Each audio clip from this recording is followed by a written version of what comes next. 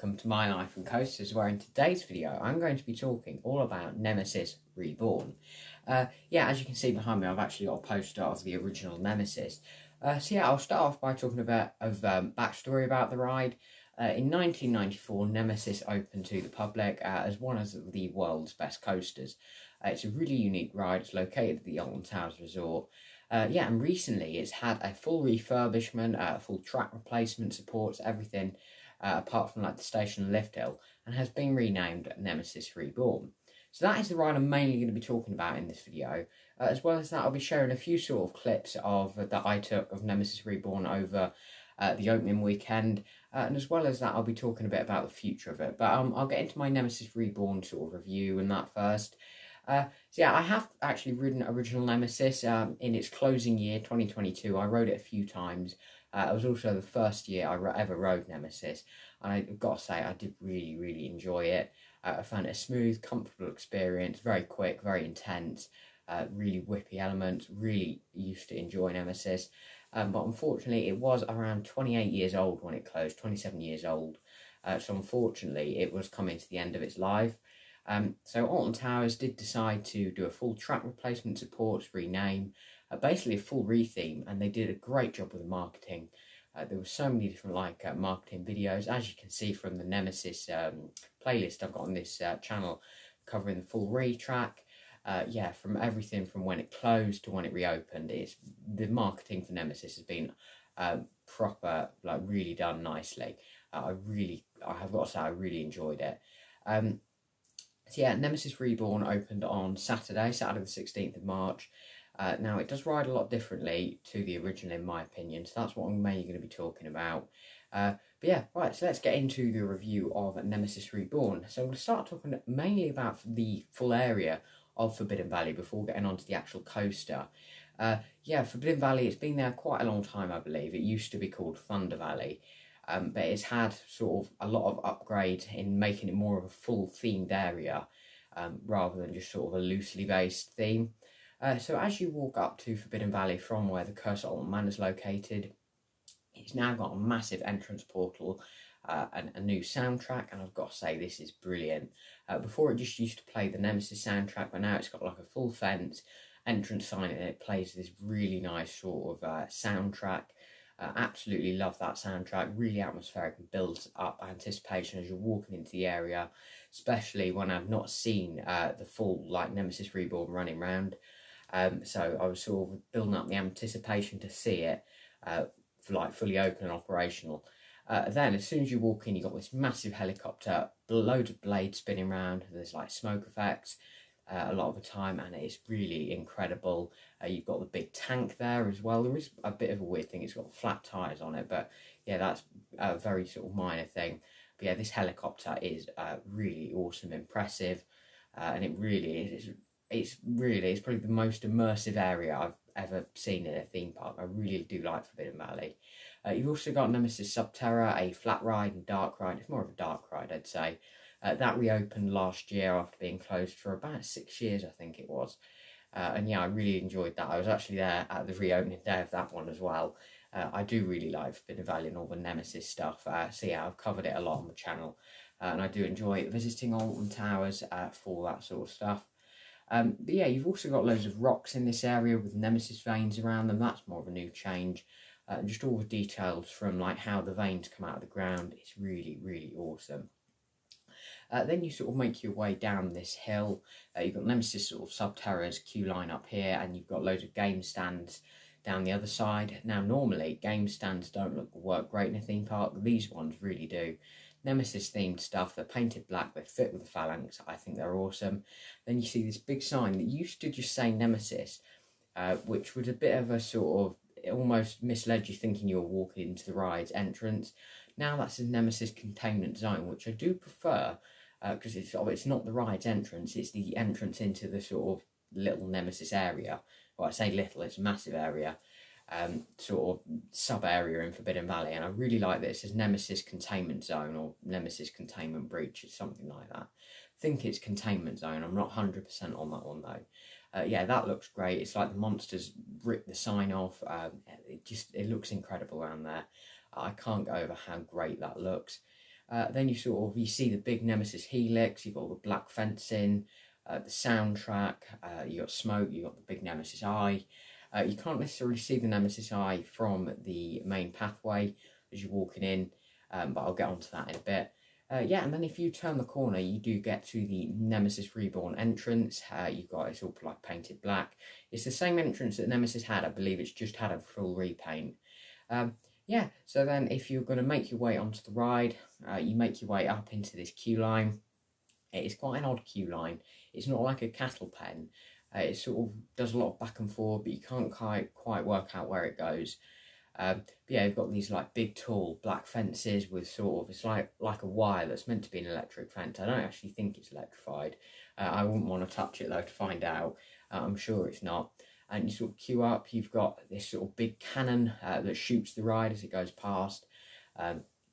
Not physically, it just it makes a noise and then a bang, which is great. I love that. You've also got in the queue line the container.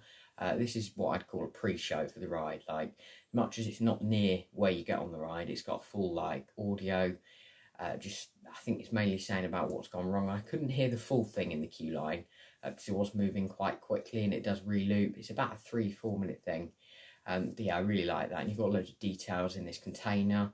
Yeah, and then you get some awesome views underneath the ride or sort of alongside the ride. You can see the loop and you sort of queue down this quarry. Or the pit for Nemesis. Yeah, and then you make your way to the fast track merge point. The queue moves really quickly, I've got to say. Like, I queued about an hour and a half for the ride, and it was a massive queue, but it just kept moving. Yeah, you make your way sort of past that merge point, and then once you get past, the queue moves even quicker. You make your way into the station. Now, it's a bit of a shame how quick the queue almost moves in the station because there's so much nice detail and theming that you don't have time to appreciate it. You just get in on the ride. You get bored, find your air gates. There is no front row queue, which is quite annoying because I've never done the front row on Nemesis. I was actually planning on doing it at some point as Reborn, but unfortunately there's no front row queue, so it's just a lucky dip now if you're going to get on the front. But yeah, you get into your air gate, board the train. Now, first difference between Nemesis and Nemesis Reborn that I don't like, because all the theming and stuff's amazing, is the trains. I think the trains I'm not a fan of. I'm not sure if they're the same trains, just refurbished, although I think most of the old trains were demolished, I'm not sure, or scrapped. I'm not 100% if this is the new or the old trains, but anyway, I found the seats felt very different. They didn't feel sort of as deep, like you didn't sit as far back in them, which I believe has got something to do with blood rushing to your feet and trying to stop that. I'm not 100%, but yeah, the seats before sort of sat back like this. You'd sort of sit really comfortably back in your seat. They didn't really feel like that. They felt a lot sort of shallower. The seats just didn't feel as nice. And it also didn't feel like there was much space. Like, I was sat on a middle seat. I had people sitting each side. My shoulders were touching. As well as that, when I pulled the restraint down, it just felt very tight. I didn't really have any room to move. I was just I couldn't put my arms up or anything. I was just sort of pinned in, holding like this. So I didn't really like the trains. Yeah, then you make your way out of the station, round this turn and up the lift hill. The ride's not massively tall. It's got a height of about 42 feet, 43 feet. But yeah, when I get onto sort of more of the ride, it's really impressive that it's only got that height. Make your way up to the top of the lift hill, come off the end, you sort of see some sort of theming and you see the main bit of the queue line, which I really like now. Because before at the top of the lift hill it felt sort of lifeless. Now it feels like there's a lot of like energy and stuff at the top, if that makes any sense. You make your way around a turn into quite a steep drop. It doesn't look it. Then yeah, you're into the first inversion on the ride, which is this corkscrew. And this has got to be one of my favourite things, although the entirety of Nemesis is one of my favourite parts. Yeah, I really love this corkscrew. For my ride, I was sat on row 7. But as you go through it, it's quite slow as you go up into it, and you really just get whipped out of it. Absolutely love it. It's a really quick-paced inversion. Get whipped out of that corkscrew and into sort of this quick change in direction and into a helix. Now this helix is so intense, you really sort of feel your feet tingling. I think it's because I've not really done an intense coaster like that in quite a long while. I'd say probably the last really intense ride I did would probably be Nemesis Inferno last year. So really, first intense ride I'd done in like 6 months. As much as I have done some, but rides that really pull a lot of force. Yeah, so it just felt really intense to me, going around that helix, and then you go through this smoke and into a 0G roll. Now, yeah, this is where I'm going to talk about the eye that I was mentioned. Nemesis has got an awesome theming piece. It's this eye, it's animated, it's a big sort of globe screen. Really incredible, love this part of the ride. Now, when the train passes over that bit, this is why I waited till the ride experience to talk about it. Apparently, the eye does loads of sort of like a sequence. I've not seen this in person, but I've seen hundreds of videos now. But yeah, this looks awesome with the eye. You pass through the smoke and into this 0G roll. Now, one thing about the 0G roll, I didn't find it to like give you loads of airtime or anything. It was like more of a floater. Now, I say 0G rolls I prefer would be like one, say, on Shockwave at Drayton Manor. I think that's like they give you airtime. This one, more of just a floater. I think that might have been because I was so pinned in my seat. Then you sort of go into this stall turn at the top of the hill. Now, before, this just used to be all trees and stuff. You're over the queue line now, or beside the queue line, so that's a nice thing. You got the fences. Yeah, and then you're making your way down into the most intense and quickest part of the ride, which is the vertical loop. So as much as I said the ride's height was only 42 feet, the height difference between the top of the lift hill and the very lowest point of the coaster is actually over 100 feet, which is massive. So I believe this is where you hit your top speed of 55 miles an hour. You're just absolutely flying into this loop. You get a bit of sort of hang time on it. I was on row 7. Yeah, I just sort of, your mind doesn't process the fact you're upside down for a minute, and when it does, you sort of grab onto your restraint a bit tighter, or at least I do. Yeah, then I was whipped through the second half of that loop. That's the thing about riding it at the back. You get whipped through a lot of the elements. You then go into quite a slow stall turn where you sort of just notice for a second you're sort of on your side like this at a 45-degree angle or something. Yeah, that's really nice. It's a really iconic view of Nemesis, is that turn. I don't think it rides the best. I feel like it sort of does the pacing a little bit, does that turn. Then you straight back sort of under the station and then into the final inversion, which is the probably lowest to the ground inversion I've ever seen. It's a corkscrew, but it's basically touching the ground because it's an inverted coaster. It like really hugs the ground. You go through this, it really takes you by surprise. The first time I went on Nemesis, I didn't even realise that existed, so that really took me by surprise. I wasn't expecting the inversion at all. But yeah, through that, and then you're sort of under another tunnel. I'm not sure where this tunnel goes, what its sort of purpose is. I can't quite remember. But then, yeah, you're into this final turn. And this is where the other negative comes from Nemesis Reborn.